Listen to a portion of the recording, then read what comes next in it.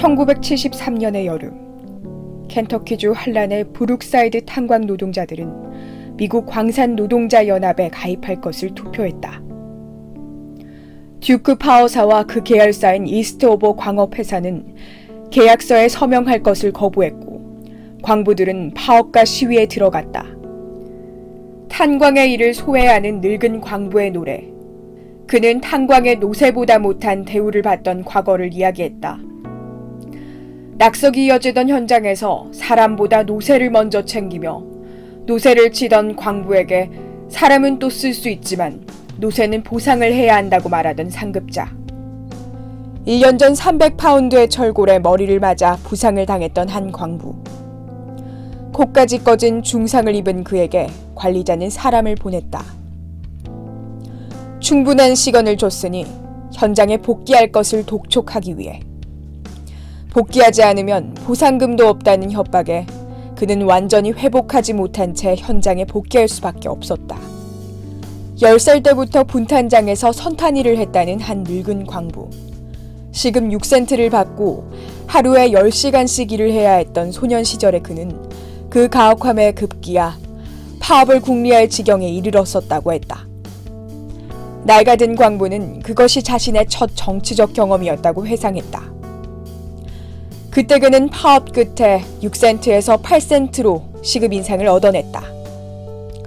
그것은 그에게 조직을 견지하고 함께 힘을 합친다면 이길 수 있다는 교훈을 안겼다. 당시의 강부들은 맞서 싸웠고 맞서는 과정에서 폭력이 등장했다. 게릴라전 양상으로 이어지던 투쟁 과정은 많은 희생을 낳았다. 시위 현장에서 연행된 사람들에게 증언의 기회조차 없이 60일간의 구치를 명령하는 법원에 한 여성은 이 나라의 법은 칼호른 같은 자들을 위한 법이라며 물러서거나 수세를 취하지 않겠다고 말한다.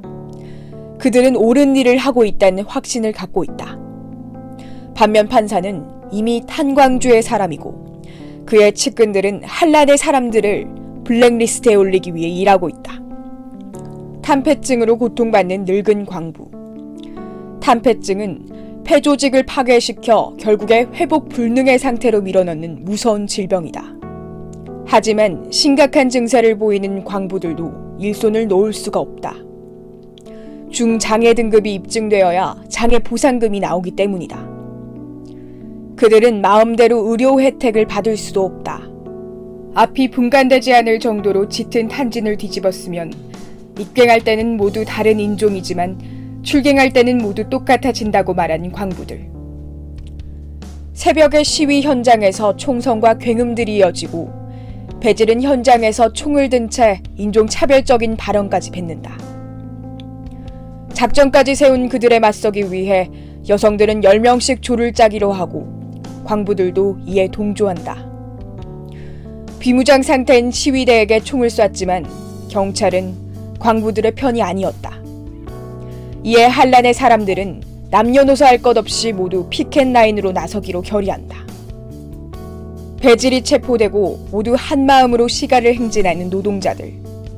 탄광 역사에 전례 없이 노조본부의 위원장과 간부가 투쟁을 위해 현장에 총투입되었고 먼 곳에서 버스를 타고 온 노동자들이 브룩사이드 파원 인원들과 연대했다. 승리의 분위기도 잠시.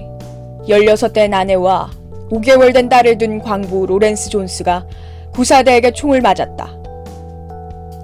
얼굴에 대고 발포된 총알. 결혼한 지 고작 1년이 된 그는 노조원으로 투쟁하기 위해 피켓라인에 나섰다가 참변을 당했다. 젊은 그의 죽음은 노사의 협상 대화를 이끌어냈다. 노만 야보르와 베질 콜린스를 이 일의 주범으로 지목하는 노조원들. 그들은 정부와 노조, 그리고 탄광주가 이 책임을 함께 져야 한다고 한다. 그의 죽음이 기폭제가 되어 계약은 승인됐다. 강부들은 승리했고 13개월 만에 파업은 끝이 났다. 하지만 한란 카운티의 대배심은 아직 변하지 않았고 젊은 광부 로렌스 존스를 쏘았던 구사대 빌 브루너는 무죄 방면되었다.